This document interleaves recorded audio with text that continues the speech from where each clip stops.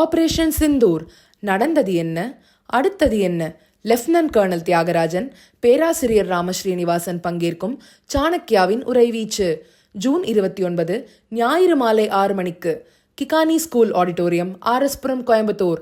அனைவரும் வருக, அனுமதி இலவசம்.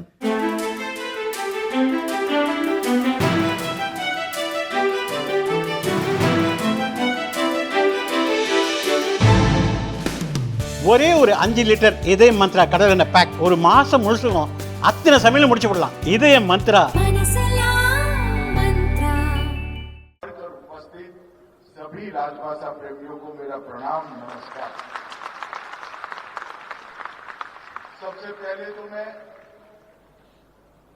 राजभाषा हिंदी और भारतीय भाषाओं के जितने भी प्रेमी हैं वो सभी को देश भर में जहां पर भी बैठे हैं वो सभी को बहुत बहुत बधाई देना चाहता हूं, क्योंकि आज दिन है राजभाषा विभाग की स्वर्ण जयंती समारोह। 50 साल पहले 1975 से लेकर 2025 तक की ये यात्रा, जब भारत की आजादी की शताब्दी होगी, तब मुझे विश्वास है कि भारत के स्वाभिमान के पुनः जागरण के जितने भी प्रयास हुए हैं वो सभी प्रयासों के इतिहास में राजभाषा का नाम स्वर्णिम अक्षरों से अंकित किया गया। एक समय था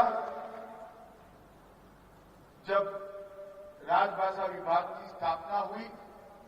उद्देश्य यह था कि हमारा प्रशासन हमारे देश के नागरिकों की भाषा में चले। देश का एक आम किसान, एक मजदूर, एक छोटा सा बच्चा और बड़े से बड़ा व्यक्ति समझ पाए, ऐसी भाषाओं में हमारा प्रशासन चलना चाहिए। और ये लोकतंत्र के मूल उद्देश्यों में शामिल है कि देश का प्रशासन देश के लोगों की भाषा में होना चाहिए। और एक प्रकार से भारत के आत्मसम्मान को जागरूक करने के लिए भी भारतीय भाषाओं का उपयोग प्रशासन में हो, ये बहुत जरूरी है।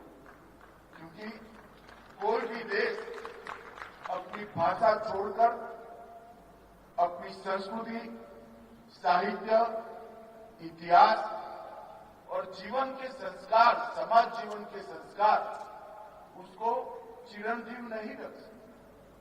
कोई भी देश ने अपनी चिट्ठी पर चलना है, अपने संस्कृति के आधार पर आगे बढ़ना है, आत्मसम्मान के साथ बढ़ना है, तो वो देश का प्रशासन अपनी भाषाओं में हो, वो बहुत जरूरी है।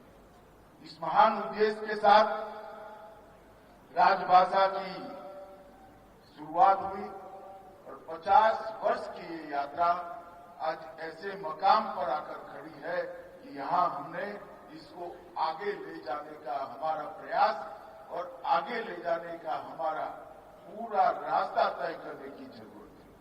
संघर्ष, साधना और संकल्प, ये तीनों के आधार पर एक 50 साल की यात्रा को हमने आज समाप्त किया। और ये पंच प्रण की बात प्रधानमंत्री जी ने जब आजादी के 75 साल हुए तब कही, उसमें गुलामी की मानसिकता से मुक्ति एक बहुत महत्वपूर्ण प्रण है। और जब तक व्यक्ति अपनी भाषा का गौरव नहीं करता, अपनी अभिव्यक्ति अपनी भाषा में नहीं करता, अपनी सोच, विश्लेषण और निर्णय करने की क्षमता को अपनी भाषा में नहीं करता, हम गुलामी की भाषा से, गुलामी की मानसिकता से मुक्त नहीं हो सकते। कोई भी भाषा का विरोध नहीं, किसी भी विदेशी भाषा का विरोध नहीं करना चाहिए, परंतु आग्रह हमारी भाषा को महिमामंडित करने का होना चाहिए। आग्रह हमारी भाषा को बोलने का होना चाहिए, हमारी भाषा में सोचने का करना चाहिए। और पूर्णतः विकसित राष्ट्र की संकल्पना तभी हो सकती है जब विरासत को परिभाषित करने का भाषा एकमात्र माध्यम है, इसका महिमा मंडन हो। जहां तक देश का सवाल है, भाषा सिर्फ संवाद का माध्यम नहीं होती, एक राष्ट्र की आत्मा होती। हमारी जड़ें, हमारी परंपराएं, हमारा इतिहास, हमारी पहचान और हमारी जीवन संस्कृति, ये सभी भाषा से कटकर आगे नहीं बढ़ा सकते और भाषाओं को जीवंत रखना भी इतना जरूरी है और भाषाओं को समृद्ध करना भी।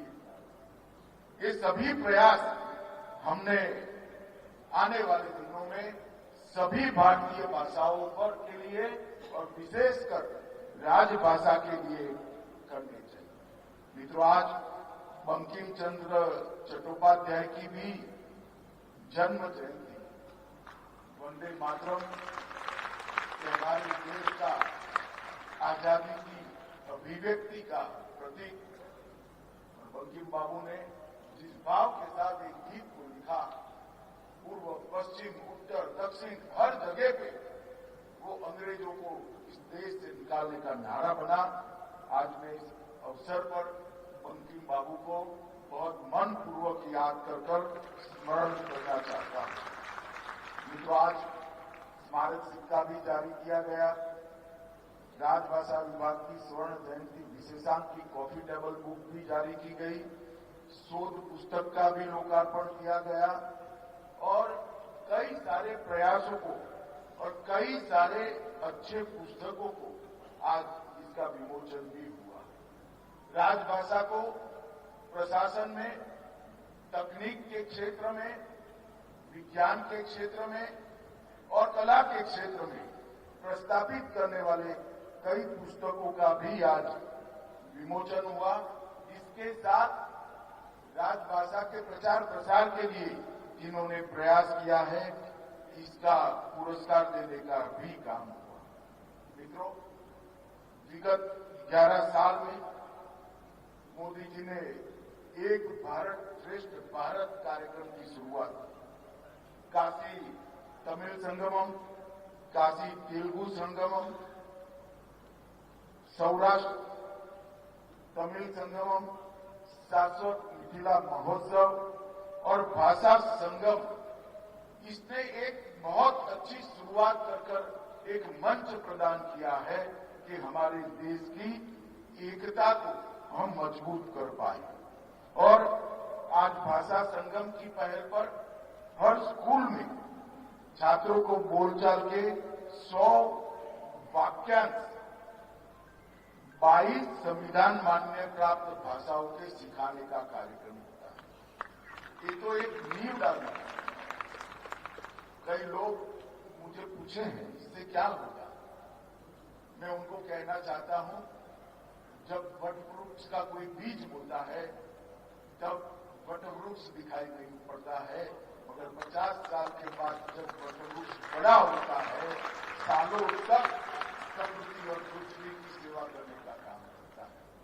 आज भाषा संगम की पहल जो शुरू हुई है, मुझे पूरा विश्वास है कि यह आने वाले दिनों में भारतीय भाषाओं की संजीवनी बनेगा, एक वट वृक्ष बनकर आगे बढ़ेगा।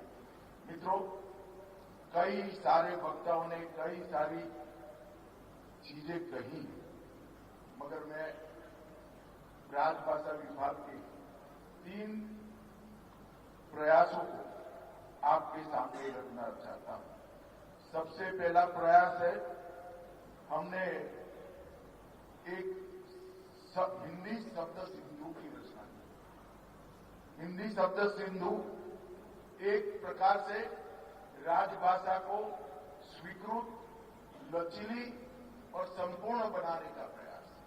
यहां कई सारे हिंदी के विद्वान बैठे हैं, इनका आग्रह होगा कि हिंदी को ही प्राधान्य मिलना चाहिए, हिंदी को शब्द पर ही आग्रह करना चाहिए। मगर मेरा मानना है किसी भी भाषा को कभी भी समृद्ध करने से हमें रुकना नहीं चाहिए और इसमें परहेज नहीं। और आम बोलचाल के शब्द चाहे किसी भी भाषा के हो, एक बार हिंदू शब्द सिंधु में आ जाते हैं, आप डरिए मत, आने वाले दिनों में वो शब्द हिंदी के शब्द के रूप में ही प्रतिष्ठित होगा, चाहे किसी। इसलिए सभी भारतीय भाषाओं के शब्द जहां शून्यावकाश है वो शब्द के बारे में, वो शब्दों को हिंदी शब्द सिंधु इस शब्द सिंधु के अंदर संग्रहित करेगा और आने वाले दिनों में हिंदी को लचीली भी बनाएगा, समृद्ध भी बनाएगा। और 2 शब्द सिंधु अब तक प्रकाशित हुए, 2 संस्करण प्रकाशित हुए हैं। अब तक 6,10,000 शब्द हिंदी में हमने इसका एक शब्दकोश बनाने का, और ये आने वाले दिनों में हिंदी को न केवल समृद्ध करेगा, अन्य भारतीय भाषाओं के प्रचलित शब्द आने से अन्य भारतीय भाषाओं से भी जोड़ेगा। तकनीक और विज्ञान के शब्द समाहित करने से हिंदी का तकनीक और विज्ञान के क्षेत्र में, मेडिकल साइंस के क्षेत्र में उपयोग करने में भी बड़ी सरलता होगी। और एक पूरा शब्द सिंधु पूर्णतया डिजिटल वेब आधारित शब्द सिंधु हमने बनाया है और इस पर कई विद्वानों ने कई महीनों तक काम किया है। यूनिकोड फॉन्ट का उपयोग इसके अंदर किया है और 8वीं अनुसूची में शामिल सभी भारतीय भाषाओं के कीबोर्ड की सहायता से टंकन कर शब्द खोजने की सुविधा भी इसमें शामिल की है और हर शब्द का विस्तृत इतिहास भी, अपभ्रंश है तो अपभ्रंश से भी इतिहास लाकर इसके अंदर समाहित करने का काम किया है। मैं सभी विद्वानों को, देश की सभी भाषा के विद्वानों को अपील करना चाहता हूं कि आप हिंदी शब्द सिंधु को और समृद्ध बनाइए। ये प्रक्रिया चालू है, सभी ने इसमें एक बड़ा योगदान देना चाहिए। मित्रों, इसके साथ साथ भारतीय भाषा अनुभाग इसी साल राजभाषा विभाग के स्वर्ण जयंती के वर्ष में ही हमने भारतीय भाषा अनुभाग उसकी स्थापना की, क्योंकि मैं मन से मानता हूं कि हिंदी किसी भी भारतीय भाषा की विरोधी हो नहीं सकती। हिंदी सभी भारतीय भाषाओं की सखी है और हिंदी और भारतीय भाषा मिलकर ही हमारे आत्मगौरव का एक उत्थान का जो कार्यक्रम है भाषा के माध्यम से, उसको अंतिम लक्ष्य तक ले जा सकते। ये भारतीय भाषा अनुभाग न केवल भारत सरकार हर राज्य को सहायता करेगा कि राज्यों का प्रशासन, भारत सरकार का प्रशासन भारतीय भाषाओं के आधार पर ही हो। तत्काल अनुवाद की सुविधा वाले कई सारे सॉफ्टवेयर बन रहे हैं। Machine learning, neural machine translation आधारित उन्नत अनुवाद की प्रणालियां बन रही हैं। विभिन्न भाषाओं के लिए व्यापक शब्दकोश और डेटा संग्रह भी बन रहा है और सरकारी, शैक्षणिक, व्यावसायिक, उच्च तकनीक की भाषा और आयुर्विज्ञान की भाषा भी हर भाषा के रूप में प्रस्तावित हो, इसके लिए भी हम प्रयास कर रहे हैं। और मुझे लगता है कि आने वाले दिनों में एक छोटी सी शुरुआत हुई, अतुल भाई ने इसका जिक्र भी किया। 12 भाषाओं में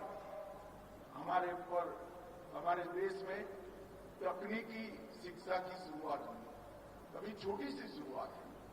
मध्य प्रदेश ने मेडिकल में हिंदी में पढ़ाने की शुरुआत की है और इसका कोर्स भी बनाया है, परंतु मुझे विश्वास है आने वाले राज्यों में, दिनों में जो राज्य इसमें पीछे पड़े हैं वो राज्य भी अपनी अपनी भाषा में मेडिकल साइंस का संपूर्ण कोर्स अभ्यास कर अपनी भाषाओं में बनाकर बच्चों को सुविधा उपलब्ध कराएंगे। मैं आज इस स्तर पर अपील भी करना चाहता हूं सभी राज्यों को इंजीनियरिंग और मेडिकल की पढ़ाई अपने राज्य की भाषा में हो, इसके लिए शासन ने जल्दी से जल्दी प्रबंध करना चाहिए। कोई भी राष्ट्र अपनी मातृभाषा की उपेक्षा कर कभी भी महान नहीं बन सकता, और इसलिए राजभाषा विभाग ने कई सारे प्रयास किए हैं, और मोदी सरकार ने अपनी भाषाओं को सम्मानित करने के लिए, प्रतिष्ठित करने के लिए प्रधानमंत्री जी ने बहुत सारे प्रयास किए। इनके कार्यकाल में ही मराठी, पाली, प्राकृत, असमिया और बंगाली इसको शास्त्रीय भाषाओं के रूप में मान्यता प्रदान की गई, जिससे अब देश में 11 शास्त्रीय भाषाएं उपलब्ध हैं। संस्कृत, तमिल, तेलुगु, कन्नड़, मलयालम, उड़िया, मराठी, पाली, प्राकृत, असमिया और बंगाली। मैं नहीं मानता कोई देश पूरे संसार में ऐसा होगा जिसके पास 11 क्लासिकल लैंग्वेज, 11 शास्त्रीय भाषाएं, और मैं मानता हूं हमारे देश के लिए बहुत बड़ी ताकत। और 2020 में संस्कृत के लिए 3 केंद्रीय विद्यालय स्थापित किए गए, अनुसंधान और अनुवाद के लिए केंद्रीय शास्त्रीय तमिल संस्थान की स्थापना की गई। केंद्रीय भाषा संस्थान मैसूर में कन्नड़, तेलुगु, मलयालम और उड़िया के अध्ययन की सुविधाएं प्रस्तापित की गई, और राष्ट्रीय और अंतर्राष्ट्रीय पुरस्कार विश्वविद्यालय अध्यक्ष और विशेष केंद्र भी इसके स्थापित की गए। हमने संसदीय राजभाषा समिति ने पिछले 4 वर्षों के अंदर 3 खंड प्रकाशित, कोरोना के कालखंड के बावजूद 6 साल में 3 खंड प्रकाशित, 2014 तक 9 खंड प्रकाशित हुए थे, और अब 19 के बाद ही 3 खंड प्रकाशित किए गए हैं। मैं मानता हूं कि भर्तृहरि जी के लिए भी बहुत जोरदार तालियां पड़ती है, क्योंकि उनके नेतृत्व में ही ये काम हुआ। कोविड के दौरान केंद्रीय हिंदी प्रशिक्षण संस्थान और केंद्रीय अनुवाद ब्यूरो द्वारा ई प्रशिक्षण के माध्यम से हिंदी भाषा, हिंदी टंकन, हिंदी अंशुलिपि और हिंदी अनुवाद में प्रशिक्षण का प्रारंभ हुआ, और ये प्रशिक्षण शुरू तो कोविड के कारण हुआ था, मगर हम इसको चालू रखने का निर्णय किया है, और आगे पर हम इसको नियमित हमारे कामकाज का हिस्सा बनाएं। मोदी जी 2020 में नई शिक्षा नीति लेकर आए। किसी भी राष्ट्र के लिए शिक्षा नीति आने वाले 50 साल तक राष्ट्र किस रास्ते पर आगे बढ़ेगा, इसकी परिचायक होगी। और आजादी के बाद जितनी भी राष्ट्रीय शिक्षा नीति घोषित की गई, सब में विवाद हुआ। एक ही राष्ट्रीय शिक्षा नीति ऐसी है जिस पर कोई विवाद नहीं हुआ, वो राष्ट्रीय शिक्षा नीति 2020। और राष्ट्रीय शिक्षा नीति 2020 में कक्षा 5 संभव हो तो कक्षा 8 तक मातृभाषा और स्थानीय भाषा पढ़ाने पर बल दिया है। हमारी भाषा के विकास का समर्थन नीतिगत रूप से किया गया है। 22 राज्यों और केंद्र शासित प्रदेशों में 104 प्राथमिक कक्षा की पुस्तकें भी शुरू हुई। भारतीय सांकेतिक भाषा कक्षा 1 से 12 तक के लिए अनुवादित शिक्षण सामग्री और पुस्तकें उपलब्ध करा दिए गए हैं। 200 से अधिक टीवी चैनल 29 भाषाओं में शैक्षिक सामग्री को प्रदान करते हैं। दीक्षा प्लेटफॉर्म से 133 बोलियों में 3,66,000 से अधिक ई सामग्री उपलब्ध कराई है, जिसमें 7 विदेशी भाषाएं भी हमने रखी। और मैं मानता हूं मित्रों, राष्ट्रीय शिक्षा नीति का ये जो इनिशिएटिव है, आने वाले दिनों में राजभाषा और भारतीय भाषा दोनों के लिए बहुत सहायक होगा। जेई, नीट, सीयूईटी ऐसी कई भाषाओं, अब 13 भाषाओं में इसकी परीक्षा ली जाती है। पहले कभी भी सीएपीएफ के कांस्टेबल की भर्ती में अंग्रेजी या हिंदी में ही आप कर सकते हैं।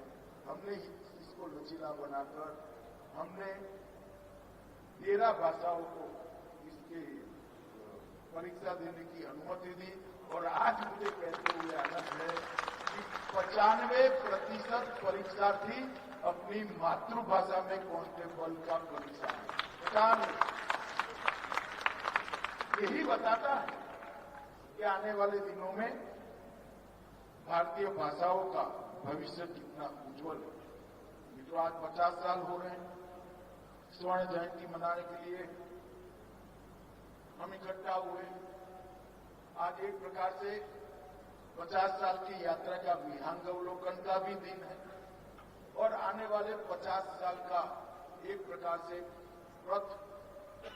रास्ता तय करने का भी दिन है।